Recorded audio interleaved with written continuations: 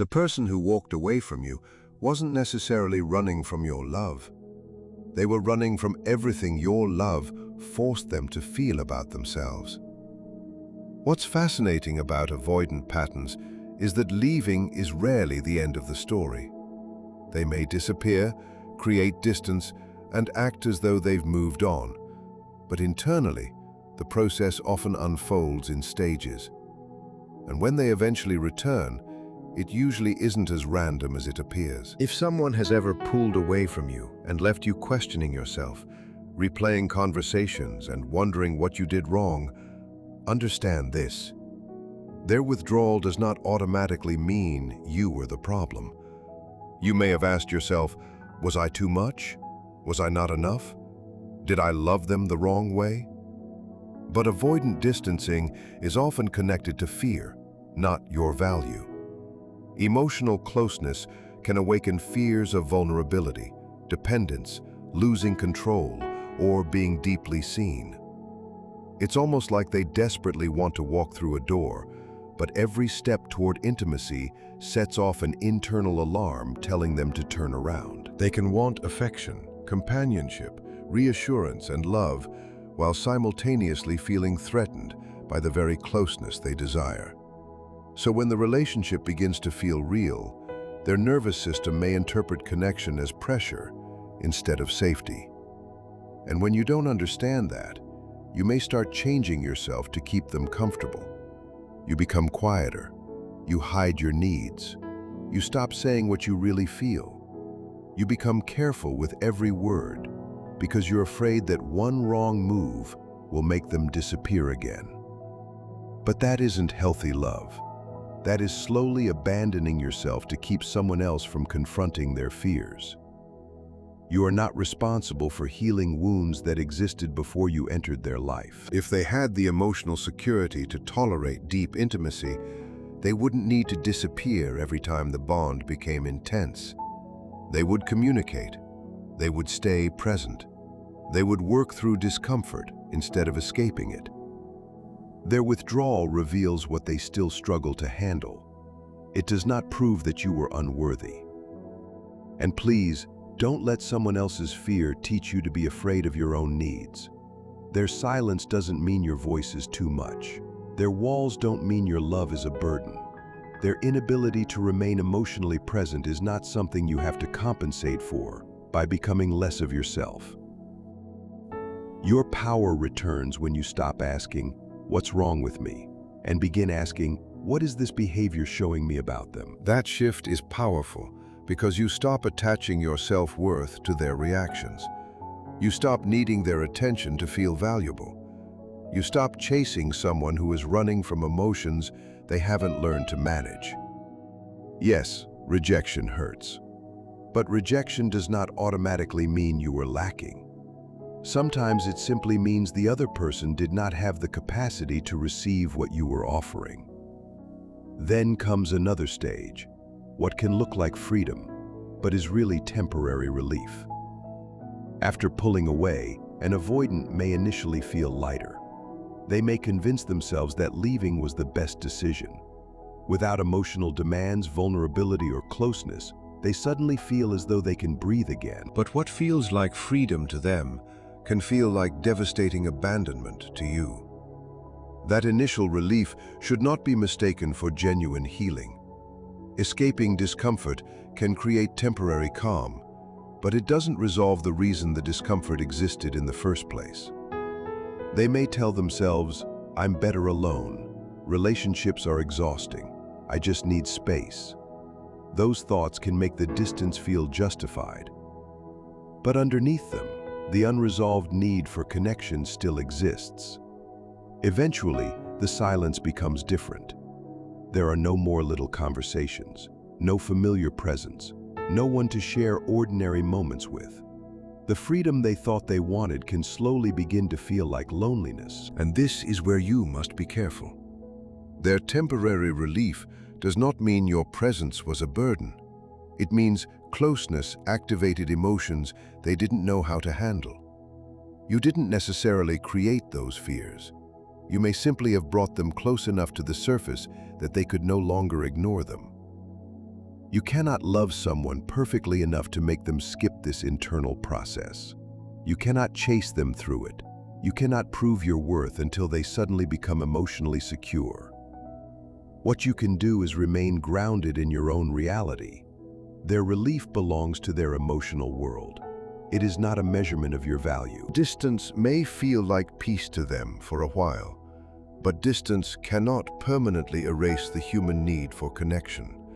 Eventually, what they escaped from can become what they miss, and that is when something unexpected begins to happen. After the initial relief fades, you may start returning to their mind, not because you contacted them, but because memories begin appearing without permission. A familiar song plays, and suddenly they remember you singing along. A place reminds them of a conversation. A small routine brings back the feeling of having you around. And for the first time, the silence they chose begins to sound much louder than the closeness they once feared. Sometimes it only takes something small to bring you rushing back into their mind. They see an old picture and suddenly remember the exact look on your face when you laughed at something ridiculous. They hear a familiar song, catch a certain scent, or pass a place connected to you, and a memory they thought they had buried suddenly becomes vivid again. This is the haunting memory stage, and it can be one of the strongest points in the avoidance cycle. What makes it so powerful is that these memories bypass the explanations they created for leaving. They may have spent weeks telling themselves they needed freedom, that the relationship was overwhelming, or that being alone was easier. But memories don't follow those rules. They appear without permission and pull them back into emotions they were trying to avoid. And they aren't only remembering you mentally. Sometimes the body remembers first. They remember how relaxed they felt around you, how being near you made something inside them settle, how safe or understood they felt, even if their mind couldn't accept that safety at the time. That is why these memories can be difficult to suppress. They aren't simply thoughts they can argue with. They're sensations, a sudden heaviness in the chest, a strange emptiness in the stomach, a quiet ache that appears without warning. Because avoidant people often take pride in appearing emotionally unaffected, this can create a private, internal struggle. They may never tell you they're thinking about you. They may never admit that part of them remains emotionally connected. Instead, they distract themselves. They work more, stay busy, seek entertainment, talk to other people, anything that keeps them from sitting alone with what they're feeling. But suppression doesn't erase attachment. Sometimes the harder they try to push the memories away, the more persistent those memories become. They may try to bury the connection, but underneath everything, they begin recognizing what they actually miss. Not simply your presence, but the experience of being understood, accepted, emotionally seen, and connected to someone. And that realization begins breaking apart the illusion that leaving solved everything. Eventually, they can no longer convince themselves that you meant nothing. They begin noticing that even after creating distance, some part of them still reaches toward you in quiet moments. For you, this stage can feel painful and strangely validating at the same time. You may never hear them admit any of it, but their inability to completely erase the connection can remind you that you were not insignificant. You left an emotional imprint. And once those memories become strong enough, another stage often begins, the silent check-in. This is usually subtle. There may be no dramatic confession or heartfelt apology. Instead, they might suddenly start viewing your stories again. They could like an older post. Their name may appear after months of silence. Or you might receive a simple message like, "Hey, how have you been?" On the surface, it can seem meaningless. But after experiencing the push and pull of an avoidant dynamic, you understand why even a tiny signal can carry so much weight. They're often not ready for complete vulnerability yet. They may not be prepared to explain why they disappeared, admit what they feel, or discuss everything that happened. Instead, they're gathering information. Are you still available? Do you still care? Would you respond? Is the door completely closed? They want connection, but they also want to minimize the risk of rejection and emotional exposure. So they approach indirectly. It's almost as if they're saying, I don't know how to come close again, but I don't know how to stay away either. That is why these small gestures can reveal more than their words. Their behavior may show that the connection still matters, even if their pride prevents them from saying it directly. But this is where you need to protect your own emotional balance. A small message isn't the same as genuine change. You don't have to immediately give them access to you simply because they finally appeared again. You don't have to treat a breadcrumb like a commitment. Pause. Ask yourself whether reopening the connection is actually good for you. Ask whether they are capable of offering something healthier this time, rather than simply restarting the same cycle. Their check-in gives you information, not an obligation. It shows that distance didn't necessarily erase what they felt. It also reveals the conflict happening inside them. Longing on one side, fear on the other. They're testing whether they can move closer without becoming overwhelmed. And eventually, if that longing becomes stronger than their resistance, another stage can follow, the return. This is the moment many people wait for. Sometimes it arrives through a simple message, sometimes through a random excuse to talk. Sometimes they suddenly appear as though no time has passed. And occasionally, they return with real emotion, admitting they've been thinking about you, missing you, or regretting how they handled the distance. Whatever form it takes, their return can feel both comforting and confusing. After all the silence, the temporary relief, the memories, and those subtle signs of curiosity, they're suddenly back in your world. But this is where the most important part begins. Not because they returned, because now you get to decide what happens next. Their return may represent the moment when their longing finally becomes strong enough to push through some of their fear. For them, even a small step toward connection can feel enormous. But their return alone is not proof that the pattern has changed. The real question is whether they are returning with greater emotional awareness, or simply returning because they miss what they lost. Their return may mean that, for a moment, their desire for connection became stronger than their fear of intimacy. But their return isn't the only thing that matters. What matters just as much is what you choose to do when they come back. It's easy to see their return as proof that they finally understand your value, or that they have suddenly realized they can't live without you. Sometimes that may be true, but sometimes they return because they miss the comfort you provided, the familiarity, emotional safety, understanding, and connection they experienced with you. Missing those things does not automatically mean they're ready to build a healthier relationship. That's why their return should be met with awareness, not desperation. The fact that they came back tells you that the connection meant something. But the more important question is whether they've changed enough for that connection to become healthy. Pay attention to how they return. Do they acknowledge what happened? Do they take responsibility for the pain their withdrawal caused? Are they willing to communicate differently and actually work on the relationship? Or do they simply walk back into your life as if the disappearance never happened? Because a return without personal growth is not a new beginning. It's simply another reset of the same cycle. They pull away, they miss you, they return. You forgive everything without addressing the underlying problem. Eventually, they become overwhelmed again, disappear, and the entire pattern starts over. But when someone returns with genuine awareness, accountability, and a willingness to change, something different becomes possible. This is where your boundaries become essential. You may be tempted to welcome them immediately because you've missed them. You may feel relieved that the person you've been waiting for is finally standing in front of you again. But don't let that relief erase everything you experienced while they were gone. Their return doesn't mean they automatically regain access to every part of you. You are allowed to pause. You are allowed to ask whether you actually want them back, or whether you're simply craving the comfort of something familiar.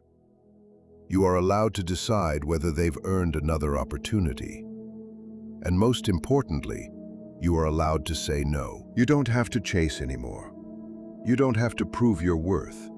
You don't have to convince someone to recognize what they lost. They came back because the connection mattered to them. But that doesn't mean you are obligated to restart it. The real power of this moment is realizing that their return doesn't put them back in control. They may have left, they may have come back, but whether they stay, whether they rebuild trust, and whether they receive deeper access to your heart is your decision too. That's where the dynamic changes. Their silence may once have made you question yourself. Their distance may have made you feel as though your value disappeared with them. But now you can see the truth more clearly. You never lost your worth. You simply lost sight of it while trying to understand someone else's behavior. So when they return, don't immediately fall back into the old rhythm. Don't give them everything just because they've finally given you attention again. Watch what they do. Do they acknowledge the hurt? Do they show consistency? Do they demonstrate that they want something different? Or do they simply want the comfort you provide without accepting the responsibility that comes with closeness? Those differences matter. A genuine return should involve more than words. It should involve behavior. You can look at them and essentially say, "I'm glad you're here, but your return doesn't erase what happened. If you're coming back into my life, something has to be different." That isn't punishment, that's self-respect. A boundary isn't about controlling them or forcing them to behave a certain way. It's about deciding what you will and will not participate in. And once you understand that, their distance stops having the same power over you. You stop panicking when they become quiet. You stop treating every withdrawal as a statement about your worth. You stop believing that their decision to stay or leave determines whether you are enough. You remain whole either way. Maybe you give them another chance. Maybe you don't. Maybe you allow them closer slowly. Maybe you decide the healthiest path is moving forward without them. Whatever you choose, the important part is that the choice belongs to you. That's how the cycle begins to lose its control. Awareness changes everything. Once you understand the pattern of withdrawal, relief, memories, subtle contact, and eventual return, what once felt like complete chaos starts looking like a recognizable cycle. You are no longer trapped inside every emotional moment. You can observe the pattern instead of being controlled by it. Before they left and you waited. They returned and you immediately opened the door.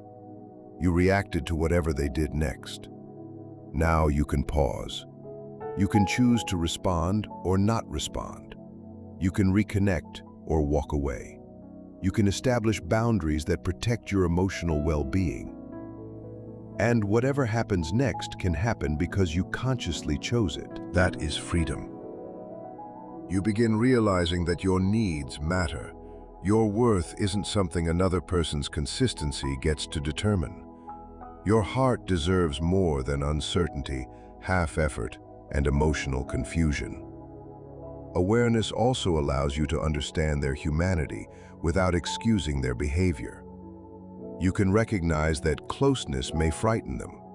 You can understand that distance may eventually make them miss you. You can have compassion for their internal struggle without volunteering to be hurt by it again. Their pattern belongs to them. Your worth belongs to you. Their silence is not your failure. Their fear is not your responsibility. And their return is not your command to reopen the door. You cannot heal their avoidance for them. You cannot force them to become emotionally available. You cannot make them stay through perfect behavior. But you can decide what kind of relationship you are willing to accept. You can decide what your boundaries are. You can decide what love needs to look like before you give someone access to your heart again.